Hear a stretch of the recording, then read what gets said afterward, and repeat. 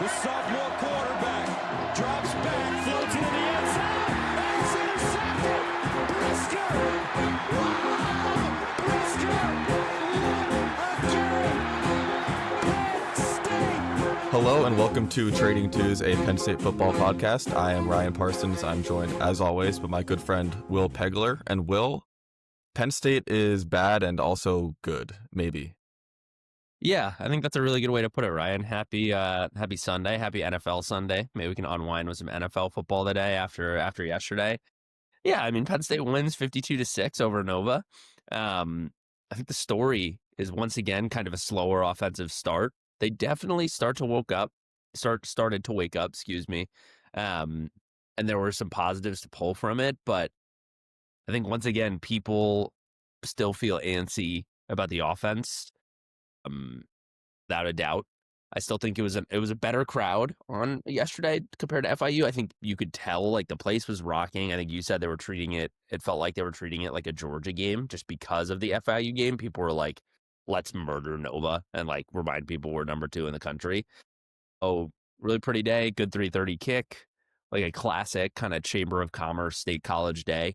So in that way, it was all good. And you know what? Penn State won 52-6, but I do think there's still a lot for me and you to discuss. Yeah, it kind of felt like the crowd was holding the team's hand at the beginning. Like, yeah, you scored a touchdown on the first drive. That first drive was ridiculous, dude. 12 plays, 78 yards. Nick had 8 carries. And it just felt like Penn State's MO was, let's just put all those struggles to bed from the last game. Nick didn't look amazing. Like, he had a lot of carries, but there was no one run where he got loose or did anything special. I think one of his first handoffs was a direct snap. And when that happened, I was like, what are we, like, this is the idea to get Nick involved. We're going to do a direct snap on the first carry, but then they kind of kept feeding him in a normal way. But then after that, dude, it just stalled out. They went punt, field goal. And it just felt like I was watching the FIU game again. So I honestly really don't know. I don't know what's happening, basically. Yeah, man, I know it's interesting because, I mean, they won 52-6, and it's just a couple of those. This is kind of nitpicky, but obviously Grunk had the touchdown, and then there was a pick 6 as well, which we can discuss. So it wasn't all starter domination. I think on offense, I think the story is the Nick and Kaytron thing. And I actually said this, and it definitely feels that way with the direct snap thing, but it almost started to feel almost like embarrassing for Nick. I'd feel, because it's like, not embarrassing, but he's sort of like, okay, you guys are trying so hard to get me going, and Kaytron has half the carries I do, and still, as far as the eye can see, looks a little bit better, looks more decisive, had another nice touchdown run. Obviously, Nick had 2 touchdowns. I don't think he looks bad, but there's something there. I mean, there just is. He looks off. He's not really hitting holes. I feel like he keeps running into offensive linemen's butts and like falls over. And this is nice. Look, they won 52-6. There's good things to talk about. We don't have to be positive. Like, we don't have to force it. Like, that was weird. The Nick and Kaytron thing was weird. Yeah. I don't know what's happening. Like, when he would get the ball in the backfield, it looked like he was like running with a purpose. And then there was a few where he slipped or would just run into an offensive line. And I don't know if the plays that Andy is calling for Nick versus Kaytron, whatever blocking schemes they're using, are they're more suited to Kaytron's running style. But Kaytron had half the carries as Nick. He had 10, Nick had 20, and he had 2 more yards than Nick. And double the average run length. He had 8.6 yards per carry, which is crazy. So I think you calling it embarrassing for Nick isn't really a stretch at all. That's kind of what it felt like. It was weird. Yeah. I mean, if I'm him, it's just like, that's how I would feel. Like, oh, we're dominating. You guys are trying so hard to give me the ball. Like, please just stop. Like, I'm fine. Dude, it's like giving your little brother the controller in Madden and being like, you can play a play so that mom doesn't get upset. Yeah. Which is obviously really mean to Nick, but like, I don't know. That was the vibe. But like, this is Nick Singleton. Like, this guy is a proven fantastic running back for Penn State. I think there's always been, like, on Twitter, the discourse was like, I've always been saying Kaytron Allen is better than Nick. Like, Not us. People were just saying that. I don't know who like, I don't think anyone's ever. I think I felt like Nick is the better running back throughout both of their time here. I just think he's more explosive and faster, which is true. He is objectively faster. But now Kaytron's hitting the big runs now. So I don't know. I don't think it's ever been a clear who's one, who's two. Because like Nick had a good year last year, but then there were multiple games where he was hurt and Kaytron played. So it's But always when he came back, he looked amazing. So right. And they both had great playoff runs. So again, I don't think this is huge cause for concern, but I don't know. It's weird. It's a talking point. It's whether it's a vision thing, he needs a bye week, he needs to play a real defense. I don't know how that would make sense, but we'll see how he does. We'll see how he does against Oregon, because this and this running back situation. And thank God Kaytron looks great, but this running back situation and then our buddy Drew Allar are the two stories going into Oregon, going into the bye week and then Oregon. Do you agree with that?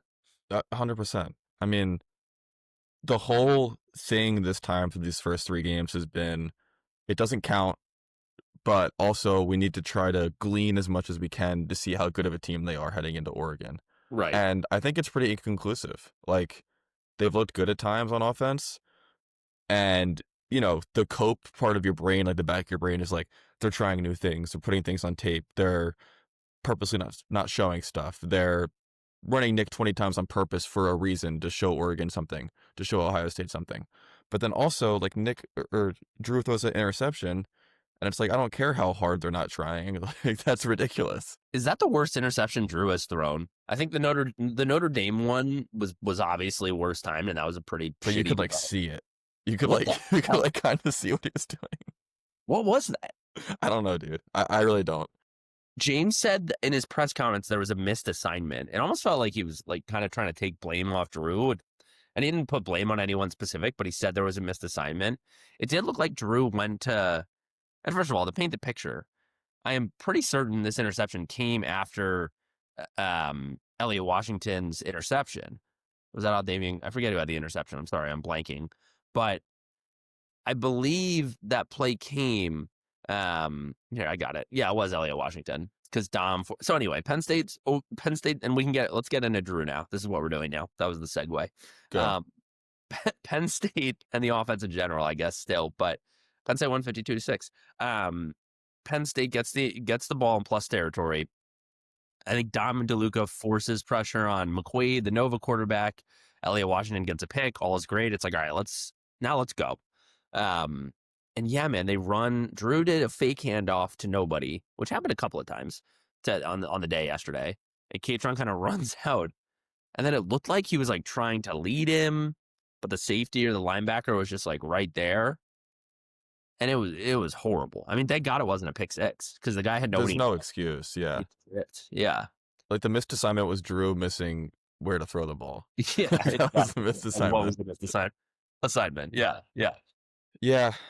I mean, I think everyone knows, or at least our friends know, we've been the number one supporters of Drew Allar since 2021. We went to his high school. We interviewed him. Like, we have as much stock in him as anyone else. And like, yesterday was kind of upsetting, I think, for us. So yeah, I mean, yeah, agreeing on all that. We tweeted that sort of sequence after we said he should have 2 beers at halftime, which I still think maybe he should have. Maybe he did. Maybe he had like 6 by accident, and that's Yeah, why exactly. the interception happened. So sluggish, yeah. But no, I mean, he had a really nice throw to Kyron Hudson on the sideline. I think the throw of the day was the Trevor Pena touchdown. That was sweet. I mean, so he does think, and he had a nice deep ball to Devontae Ross that didn't get caught. It was actually a pretty good defensive play by Nova, but that deep ball he had really early in the game to Ross was a perfect throw. It was on him. It was honestly just good defense. So it was just good on good. So he does things like that where it's like, yeah, let's go. This guy was a 5-star. He's got the intangibles. He can beat anybody. And then he kind of had happy feet in the pocket, but didn't really move and looked tentative in that way. It's sort of, I think it's similar to Nick. He looks tentative. He looks like he just is thinking about playing football rather than just playing football. And he's like taking an extra second to think about what he should do. It kind of feels like, when you're having like there's like you have a stress dream and you're like playing basketball, but your legs don't move, or you're like stuck and you can't Yeah, or move. you like can't talk. Yeah, it's like, oh, that's so frustrating. This is mean, but sometimes that's how I felt yesterday watching Drew play. It's like, just run. Yeah. Well, Like, dude, the one where he ran for the first down, which was, a good run, it took him like 10 seconds to decide. Like, I he know. went through all his progressions. He went up to the line. He was like, okay, I'm going to run. One last check to make sure no one's open.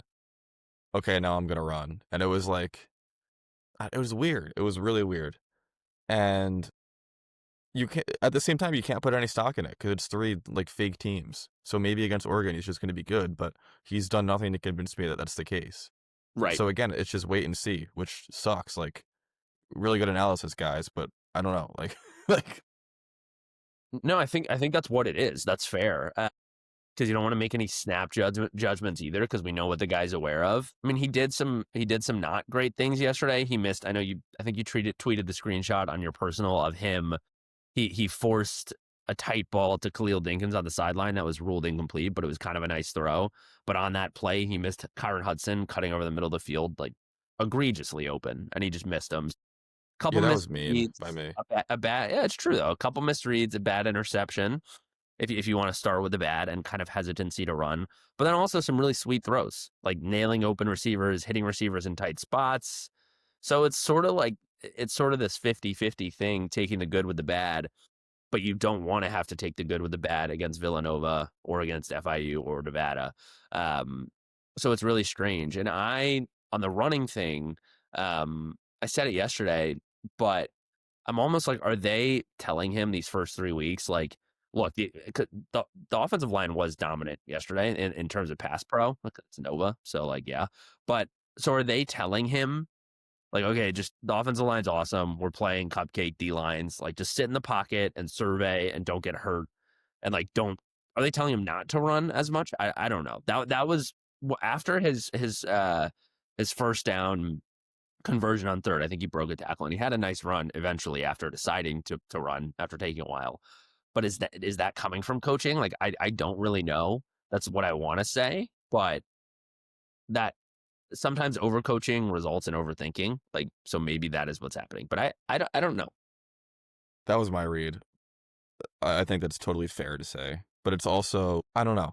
Yeah, I think it kind of does lead to overthinking, Yeah. because maybe if Andy and James are telling him, hey, these are your only two reads in this play. If they're not there, run, or if they're not there, check down or throw it out of bounds. And then the two reads aren't there, and then you kind of freeze or you panic.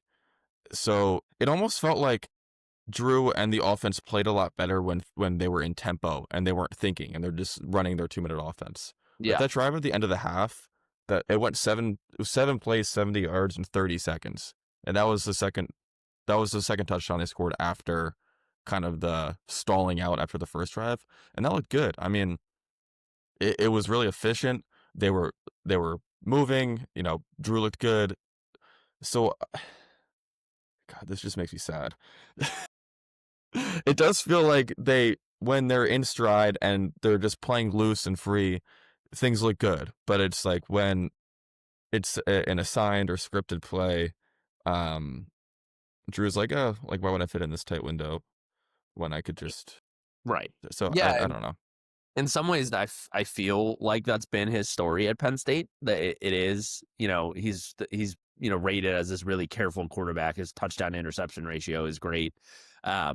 And yeah, that drive before half was like, wow, okay, they just let him throw it and huck it wherever he wanted, and he was great.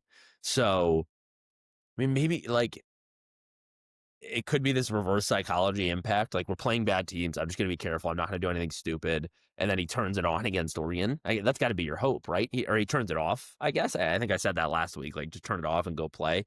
You hope that's what happens. And well, if you think about his best performances from last year, which were probably USC and Oregon, he was playing from behind. It was like, dude, we're not playing protective football anymore. We're not going to win a game by grinding them out and running the ball and playing good defense. Like, we got to score now.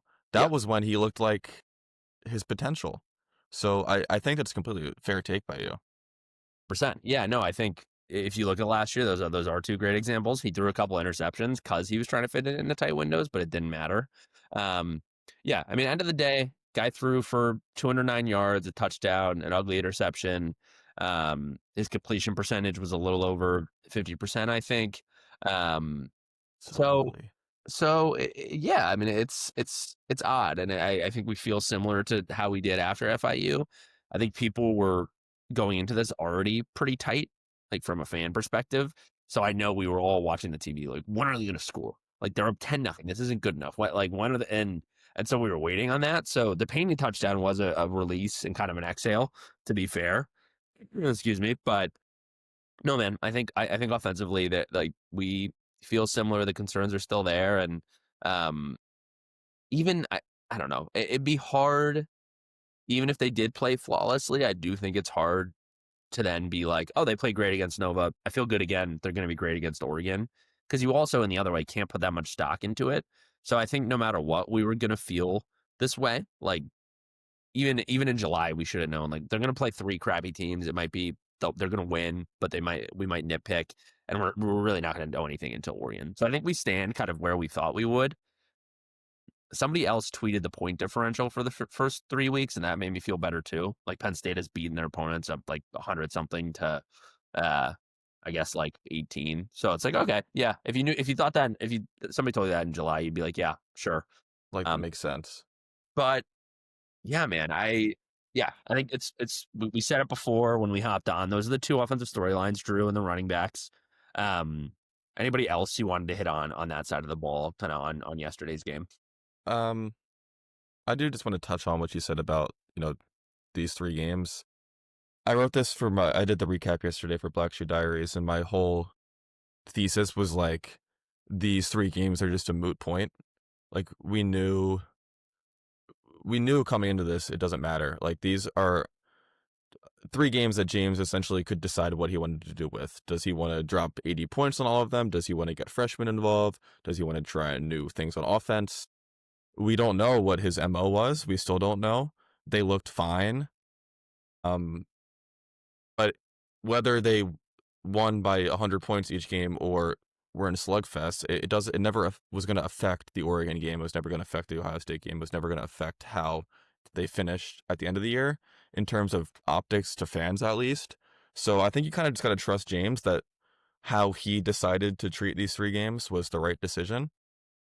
And we're going to see on September 27th. We always were going to see on September 27th. After these 3 games, we're still going to see on September 27th. So that's it. I think that's well said. Mood point. I look, we haven't. Penn State has had a pretty legit week 1 game the past 5 or 6 years. They didn't this year. They didn't have legit week 2 or week 3. So this was always how this is going to be. It's insane. They're opening Big Ten play with a whiteout and with Oregon. It's really funny. I think I said it on a previous episode. Like, it feels like the season starts so slow and they don't play anybody real, but then, like, October is going to hit, or not even really late September, early October is going to hit, and we got the whiteout, and then they go to UCLA. So now we're just playing football. We got a bye week. We'll use the bye week to gather and recoup ourselves. But yeah, man, now it's just football time. Can I share my scary thought? Yeah, hit me. I actually texted you this and you didn't respond. I think you were at dinner and I was like disturbing your peace with like my insanity. I said, this Oregon game, it reminds me like a lot of the Penn State Iowa game from 2021, where Penn State was 4 and Iowa was 3. Iowa had ranked wins over Indiana and Iowa State. Penn State had ranked wins over Wisconsin and Auburn, and then both teams just ended up being pretty terrible at the end of the year. I think Iowa finished 10-4. We finished 7-6. I don't think that's the case this year, but with playing Nova, the slow start that everyone was justifying, and then a huge ranked game, this Oregon game is going to be top 4, if not top 3 matchup. The parallels there were just like kind of freaking me out a little bit. I don't think this team is as bad as the 2021 team, but. No, you're so right. You're so right. You said I did not respond to that text. I was at dinner. You shouldn't have. I was like, yeah.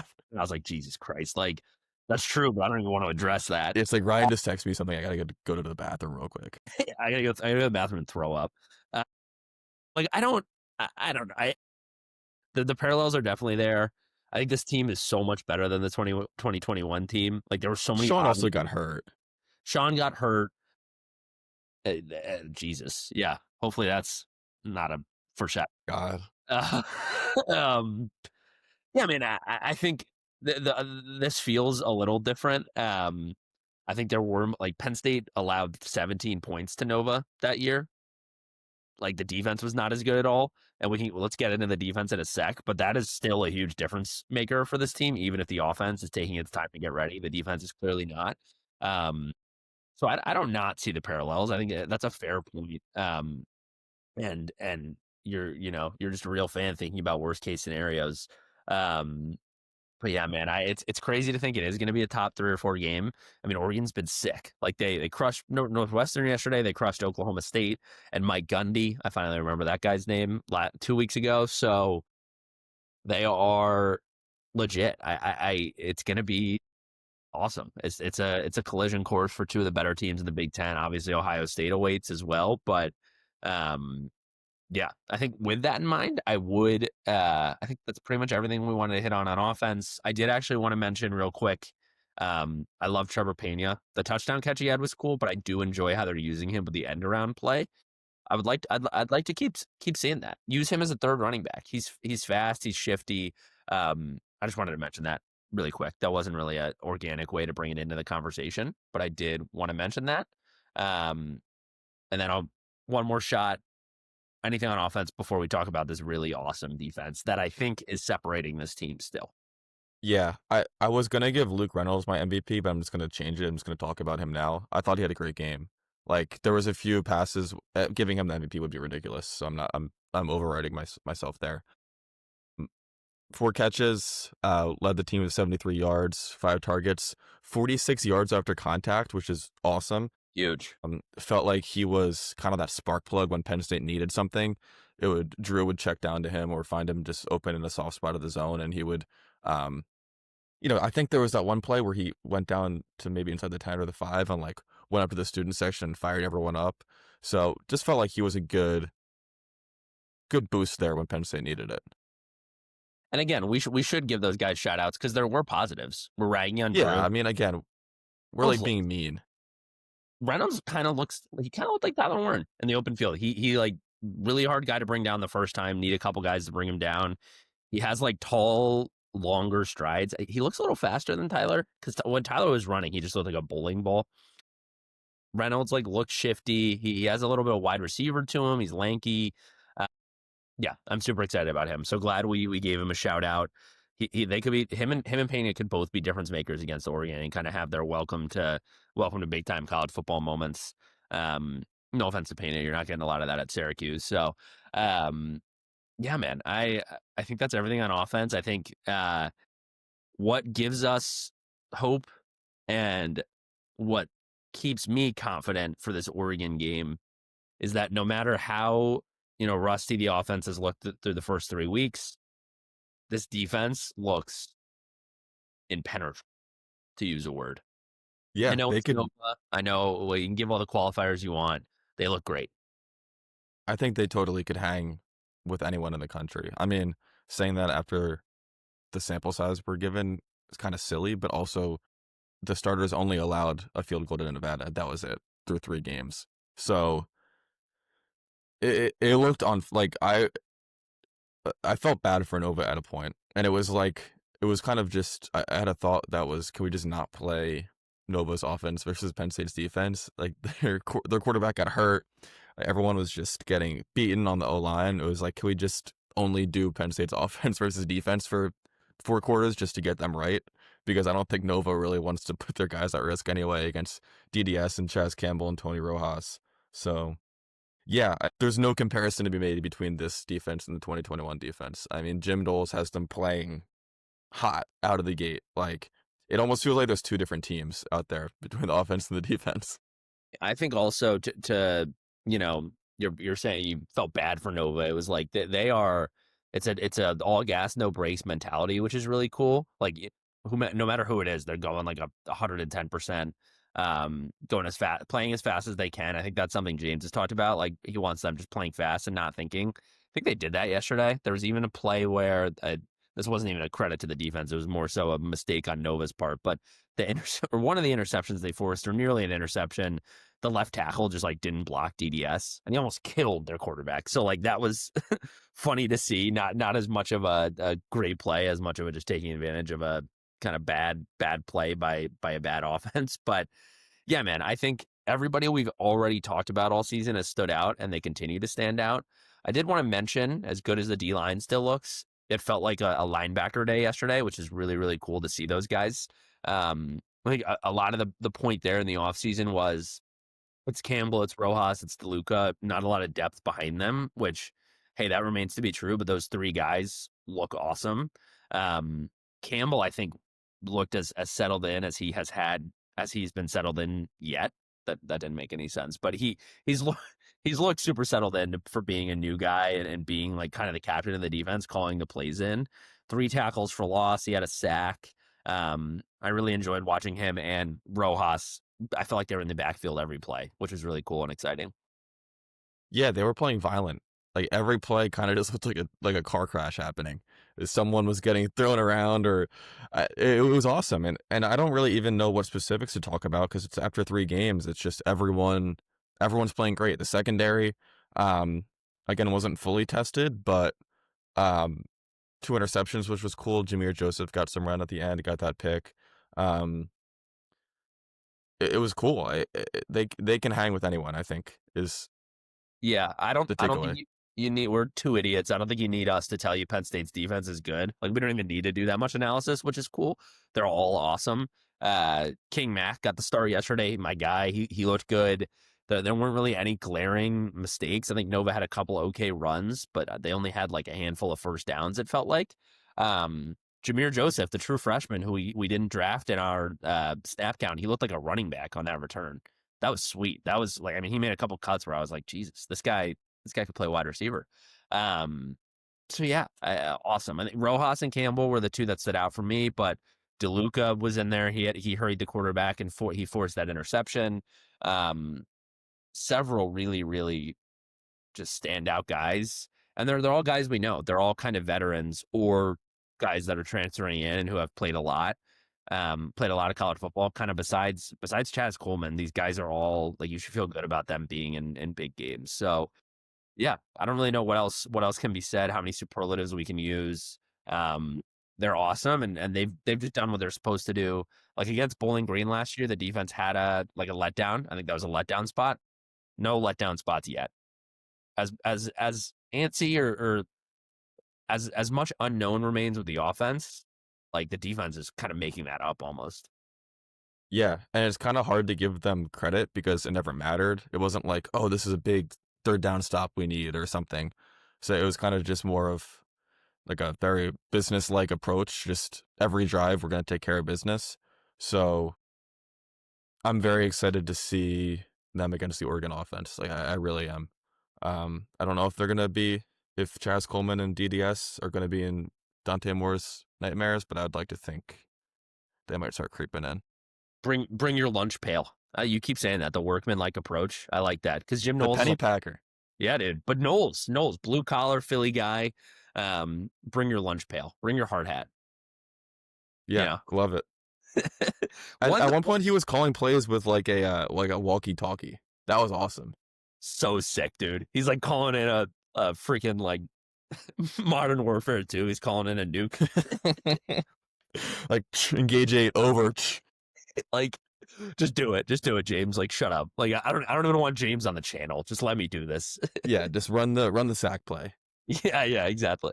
One thing you said about the defense that I'm annoyed about, this isn't actually their fault because the backups were in. You said it. The starters haven't let up a touchdown. Ultimate bad beat yesterday. The pick 6, the Joey Schaffer touchdown from Gronk, really, like, it was like, wow, Penn State's going to cover this game. And then Nova makes one of the best catches I've seen this year. The McQuaid, their quarterback, whatever his name was, Tanner McQuaid or whatever, was falling out of bounds. He chucks it. His wide receivers pause it in front of the student section. 52-6, shutout over. Penn State covering over. That sucks. That was catch of the year. No. Well, credit to me. I said they weren't going to cover, and they didn't.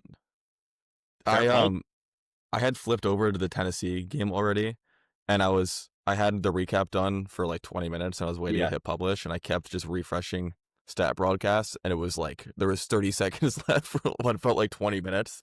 I was like, what's happening in this game? And everyone's tweeting like, "Oh, James wants to cover," and then the last play happened, and it was just like, It was funny. It felt like the stadium kind of erupted a little bit. Who was left? People who probably had Penn State by the spread. But it's funny when the announcers know, and I think they did, because our boy Connor Onion, the play-by-play guy, was like, "Oh, huge play!" Like they yeah, like, and Mark Helfrich, who I think is the former Oregon head coach. I like them in the booth, but they knew like, that's an important touchdown in Vegas at over it's at kind of stupid when people are like, "Oh, this is important to some." It's like everyone's gambling these days. Like, just be like, "This is the spread." Yeah, exactly. Like, I mean, yeah, Fox promotes it like the Fox robot holding the app. Like, bet on Drew Allar over touchdown yard passes, but like, although I don't know if you can do player props. But anyway, I know gambling is it's permeated the culture and the mainstream, so they don't need to pretend anymore. But Don't gamble, guys. Like, could you imagine having money on that? no, that's horrible. That's Like, horrible. just go watch Georgia Tennessee. That was a much better use of time than sweating out 48.5 points over Villanova on a like Penn State's third stringers. We can talk about If that's not a wake up against gambling, then like I don't know what would be. yeah. We'll revert on take in about 10 minutes when we get into our props. But If you had that beat yesterday and you lost, and then you put any money on NFL Sunday today, call the hotline. yeah, we should put the hotline in. I forget what it is. No, but Unless we get sponsored by a sportsbook. yeah, exactly. We're open to that too. We can be bought. You want to talk about special teams? They looked special. They were good. Barker was awesome again. Yeah, special teams and defense are just killing it, dude. I get so sorry. Go ahead. Barker fires me up, dude. Like he's so good. And then when I saw that Tennessee kicker just shank that game-winning kick, I was like, should have had Ryan Barker. That guy's clutch. Dude, I love every time he comes out there. I get annoyed because it's like 4th and 3, and I'm like, God, why don't we finish this drive? But he's got that lefty stroke, and it's pure every time. I mean, it's never. We shouldn't hype him up too much because, like, who knows? But, I mean, he looks sweet. And Gabe Nwosu, I think he had 2 punts yesterday. They're fine. I think he pinned him back inside their 20 both times. No kickoffs out of bounds, which was cool. He kind of was forcing. I don't know if it was on purpose. He wasn't booting it through the back of the end zone. I don't know if they were getting aggressive and being like the new NFL style kick, like trying to put it, like force them to return it and then pin him inside their own 20. So no complaints from me. Yeah, Barker is. It feels. You put your head on the pillow at night. Ryan Barker's your kicker. You got to feel good about that. Yeah. I need like a TikTok edit of Ryan Barker. You might have to make it. I think you're leading the hype train. You're the conductor of the Ryan Barker. I'd be down, dude. I'd be down. Yeah, Gabe didn't have the dominating performance he had against FIU, but I mean, look good. I think they're probably instructing him to kick it short because even back to when he was a freshman, he would only come in just to kick the ball out of the end zone and then go back to the bench immediately. So it's not that he can't do it. I love that guy. Proud of you, Gabe. Yeah, I'd love.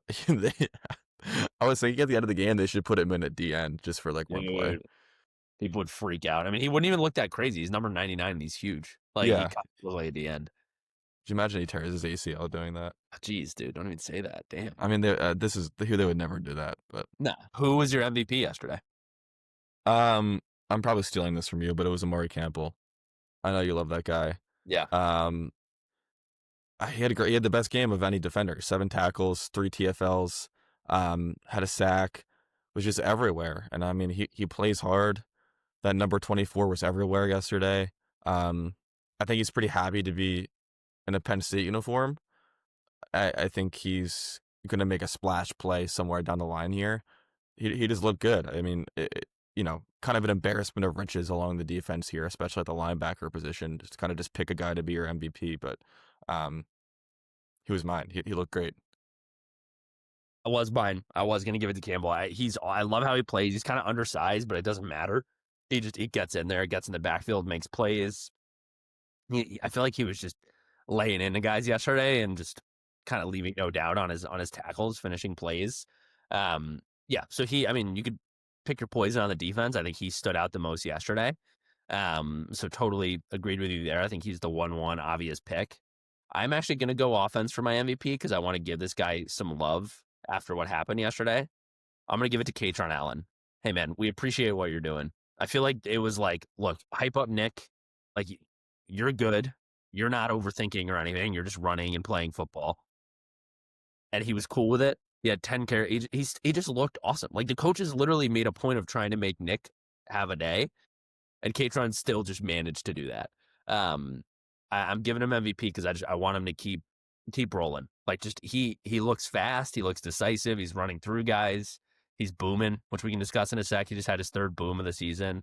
So I want to give him love. As confused as we are as on Nick's play, we should be just as happy for our fat man, Kaytron. That's a great shout. His approach to these games has felt a little bit like the defense as a whole, where it's just like, I'm going to show up, lunch pail, pack pennies, and just do what's asked of me. I mean, his touchdown one was amazing. It was the second he got the ball, it was like, oh, he's going to score. It just is constantly falling downhill, even from 25 yards out. It felt like he was falling downhill.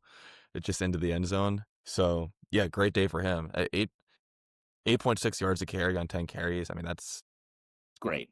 That's all you can ask for. His vision is so good. I love that guy, man. He looked awesome. I think, and also, I mean, I don't know if he had any catches yesterday, but he has proven he can catch the ball out of the backfield too. So let's see it against Oregon. Let's stay hot in the bye week, and yeah, man, keep rolling, fat man, keep booming. Yeah, he had 3 targets, it says, without a catch, but no, without a catch. Yeah. Well, actually, we could just edit that out. Drew was targeting him on the interception. So yeah. Well, anyway, all right, man. Well, we got our MVPs. I think we've hit on everybody we wanted to talk about. Let's hear your superlative. I'll try to guess it. Okay, mine is this person's getting the situationship award. I mean, is it Nick Singleton? No, but that's close. Is it Drew? Yeah. Okay. I'm giving Drew Allar the situationship award for sending mixed signals. It's kind of like that girl who, like, you know, one night she's texting you, come over. The next night she's ghosting you. You don't hear from her for a week, but then she comes back and it's like, you have a great night together. That's what I feel like with Drew. It's like, I don't know if we're dating. I don't know what this is. It's like, I'm kind of asking him, like, what are we? Just a really confusing performance so far. But then in the back of my head, I'm still like, you know, maybe against Oregon, I'm gonna have her meet my family, and it's gonna be a good time. So I don't know. That's my superlative. That's so good. What are we, Drew? Like, you tell us, dude. What are we? Like, yeah. Just make a commitment to us and be the guy we know who you can be. I'm ready to commit. Like, I know. The other thing too, yeah, like the girlfriend vibe, his jewelry yesterday was crazy. I feel like he had so many the NIL stuff. Like, you know what, man? Stop throwing pics, and then we can talk about jewelry. All right? He was iced out. Like, why'd you ghost me on Friday? Like, why'd you hang out with that girl? Like, what the hell? Yeah, but like, it's still like, he's still like hot. Like, I know it's like it's a situationship, but he's still so hot. So it's like, I don't know. He like looked awesome. It's also the history. Like, he's like our like, we've liked him since high school. Like, that sounds weird, but it's like, maybe your high school sweetheart, like, you had a bad breakup, but then, you know, things are kind of reigniting over summer, and then you're going back to school. We should stop talking about this. But no, but still, it's like September, like, back in school, like, it's cuffing season. He seems like he's matured a little bit, but also I'm still seeing remnants of, like, him being, like, drinking too much and, like, blacking out, and like he's kind of like not nice. Like, and that's like him throwing a pick, but then he throws a touchdown to Trevor Pena. It's like, oh my God, does he have like a 401k? Is he like mature? Yeah, like maybe he's like, you know, he's graduating. Maybe he's ready to make a commitment, but I actually don't know. I love that one. Mixed signals, dude. Oregon is like prom, maybe. yeah. It's like, we're going to prom with him, but like, he's like, maybe he's sneaking in a bottle of Fireball and like hooking up with like one of the teachers. Like, you don't know what's gonna happen. It's exactly what he is. I love that. All right, Drew, prove it, man. Be our guy. Be our guy against. We're the ready. Like We're ready. That's great, dude. Mine is not as good, but I'll hit you with it. Let me pull it up because again, I like am bad at reading them. The Going to the Dentist Award for being kind of annoyed every time you see them, but you know they're necessary. Is it Barker? Because it's like yes. That's awesome. Barker comes out there, it's like, ugh. Like, yeah, you're due for x-rays, like your 6-month cleaning. You didn't do x-rays last time. You got to do them once a year, so we got to stick all this metal in your mouth. It's like, It's like, dude, you need your wisdom teeth out. I'd much rather just like score a touchdown than go to the dentist. But like, it's like Barker's like going to the dentist and being told you don't have any cavities, and you're like, hell yeah, like, all right, cool, I still got it. Because it's like, damn, bro, like, can we just avoid this whole like rigmarole and just score a touchdown? But then he goes out there and he peers a 45-yarder, and you're like, hell yeah, I floss every day, like that, like like I still got like I'm still him. Exactly. So that's kind of how I feel. I mean, he has one miss this year. It's the block on the 55-yarder. Otherwise, he's been primo. So yeah, that's my guy Barker, man. I feel like we're like a Ryan Barker podcast at this point. You gotta be appreciative when your kicker is playing well, and you gotta be cool about it because you don't want to overhype him. I think it's too late. We've probably overhyped him, but I love him. It's like going to the dentist. Not my favorite thing in the world, but he comes out there and he makes me feel good. So yeah, Barker. You're still leaving with a new toothbrush and like maybe like a fun fluoride fluoride. Yeah. Oh yeah, it's like oh, like Barker, Barker peers a 45-yarder. Like, do you want to wait 5 more minutes and like get a fluoride treatment? It's like $30, and you don't know it's $30, and you agree to it, and then you're like, what the hell? My insurance doesn't cover this, and that's the Barker experience. So it's like a little weird, and you're like, oh, I paid for that, but your teeth feel cleaner. Anyway, huge tangent, but when you see that like thing on your calendar of a dentist appointment you scheduled like a year ago, it's like, ah, geez. That's like when Drew misses a throw on 3rd down, and it's like, all right, here he comes. Like, shit. Yeah. Like, we could just skip the dentist, but like, I don't know, like, if we could get a cavity, like, bad. Yeah. Like, it feels irresponsible. Like, okay, let's just go. Yeah. We could go for it on 4th down, but then like my tooth could fall out of my head, and like I got a problem. So yeah, man, that's Barker, and that's Villanova, I think. Great superlative. Yeah, I think that's Villanova, honestly. We could talk about our props. I mean, the only thing was Kaytron boomed. I know. It was really sad. I know. I didn't even see it. We had to go to replay. Me and Gabe, shout out Gabe and Jerry, not Nwosu, were looking at the replay. It was very sad. It was kind of like he put the mask on like slowly.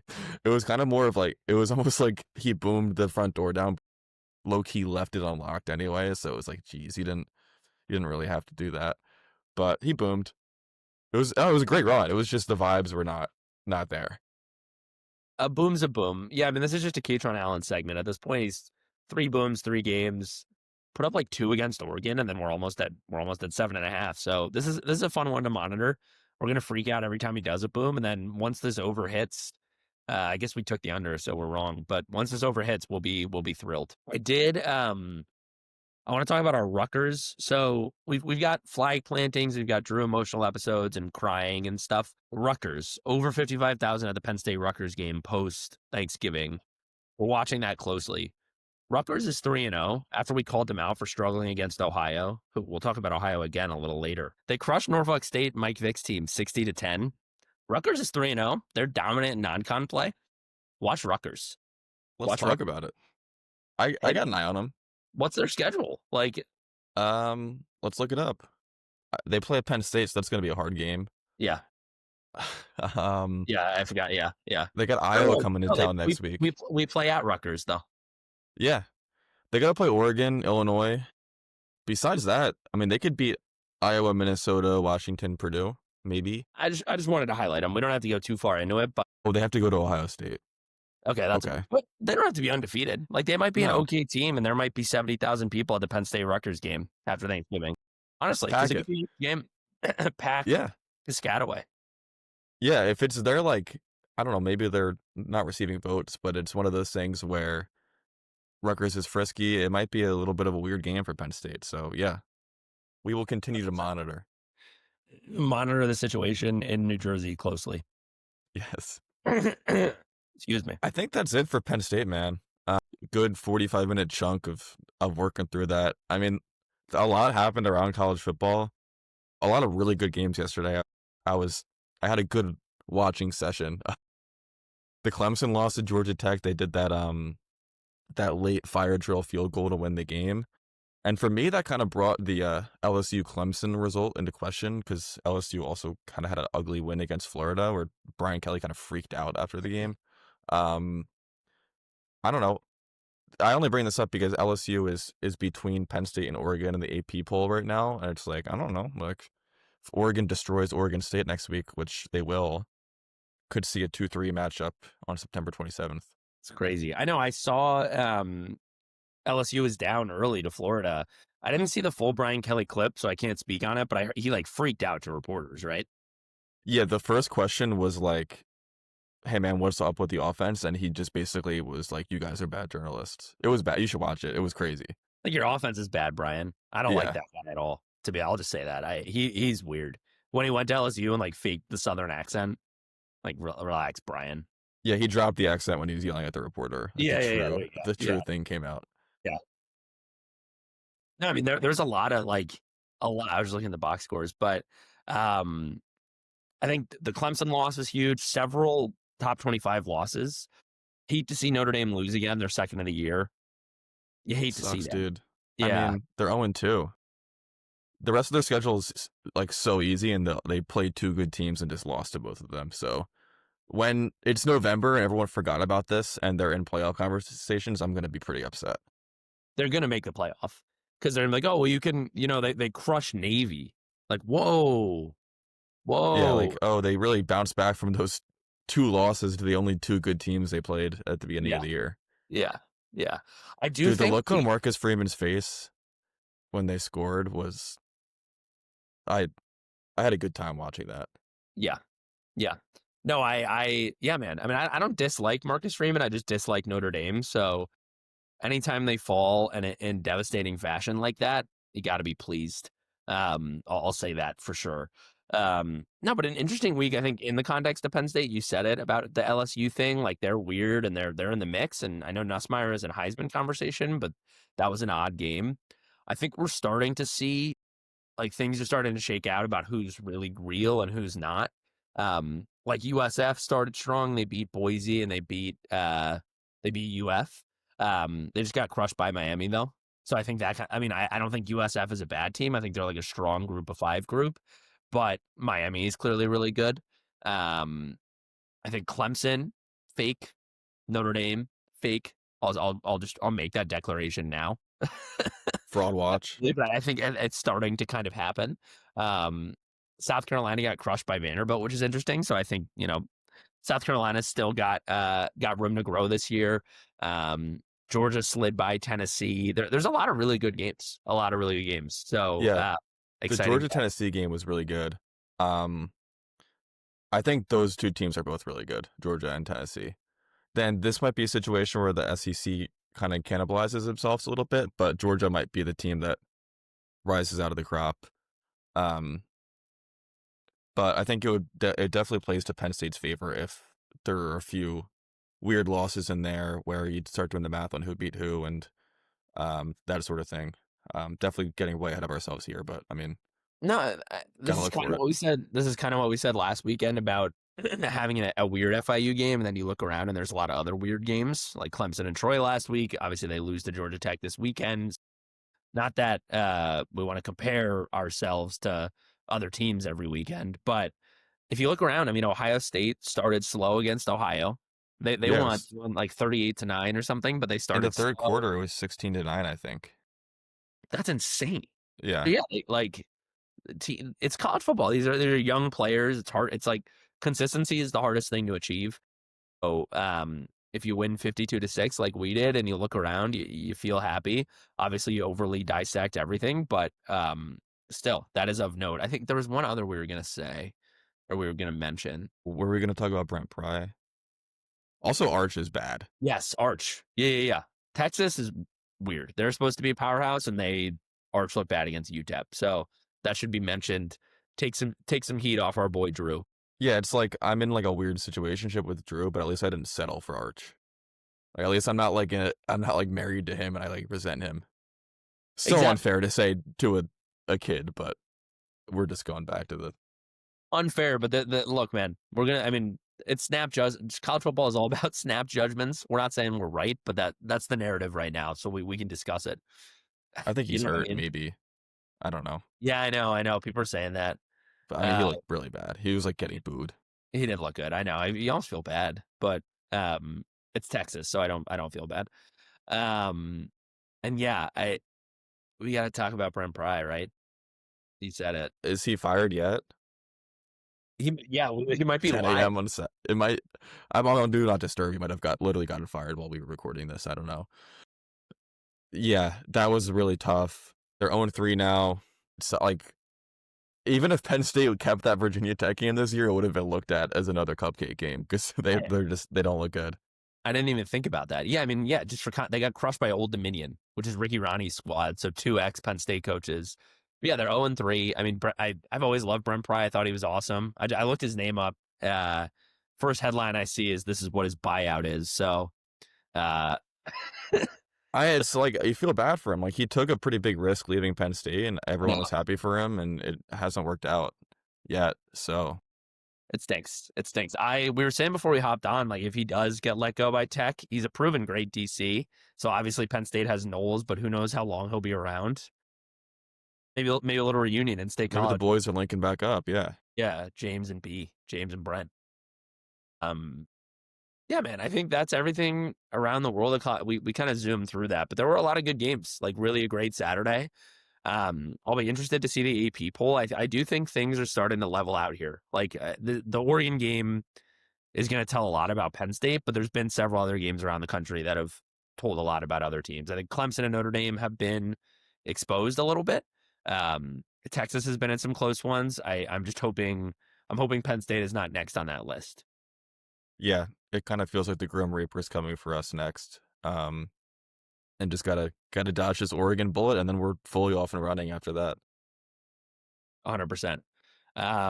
Yeah, man, I don't think we have sorted out what our bye week approach will be, but I think you'll hear from us again later this week probably, and we can do some bye week stuff. Yeah, more to come. And by more to come, I mean we haven't figured it out yet, so you'll see. You'll see.